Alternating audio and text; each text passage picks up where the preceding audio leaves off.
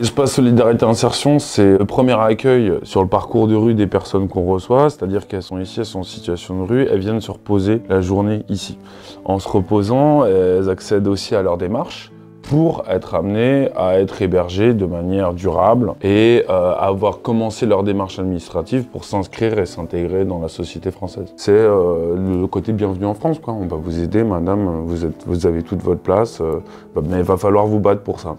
Et je serai là pour vous aider, quoi.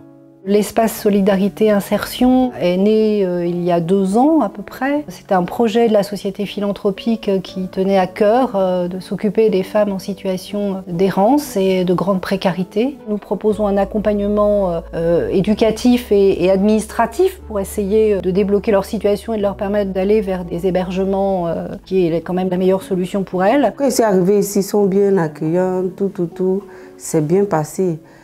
Mais du coup, 1 mois, 2 mois, j'ai vu que c'est comme j'ai retrouvé ma famille. Quand tu rentres, de la manière qu'on t'accueille, tu oublies même tes problèmes devant la porte. C'est quand tu sors que tu réponds et puis tu t'en vas. Il y a des mamans où elles arrivent, elles sont épuisées et physiquement on le ressent qu'elles sont fatiguées, qu'elles n'en peuvent plus. Et plus on les accompagne, que ce soit nous les AES, les travailleurs sociaux, la psychologue, toute l'équipe, et on voit leur évolution. Il y en a, elles changent complètement physiquement, on voit directement le changement. Et même au niveau de leur projet, ça avance, ça évolue, donc c'est quelque chose ça fait vraiment plaisir. Tu viens le matin, tu passes la journée, vous pouvez déjeuner. Il y a une salle de repos, il y a la douche. Ils sont à nos petits soins pour tous nos petits problèmes. Ils sont toujours présents, toujours à l'écoute.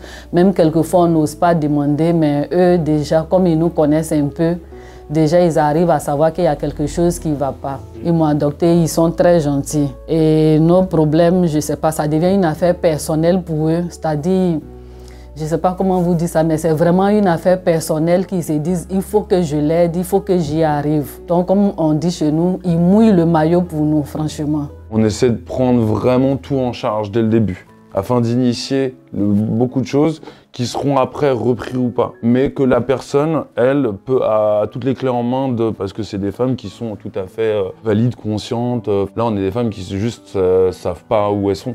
Mais après, quand elles savent, elles sont plus à même de se débrouiller et de s'intégrer le plus rapidement possible pour sortir un jour du social. Ce que je l'espère à toutes, quoi. Du monde, tu croises les autres visages. Chacun son histoire, on vient se distraire, quelle que soit notre situation. Ils arrivent à nous écouter, en fait. Ils prennent leur temps à nous écouter, c'est qu'on va dire.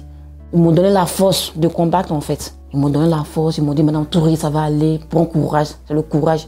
On te donne la force, on te soutient, en fait. J'ai une image que j'aime bien citer, c'est que pour moi, je pense que l'ESI, donc c'est un petit peu comme si c'était un toit dans la rue. Voilà, c'est-à-dire que pendant quelques heures, elles sont sous un toit qui n'est pas un toit qui les héberge, mais qui les accueille pendant quelques heures.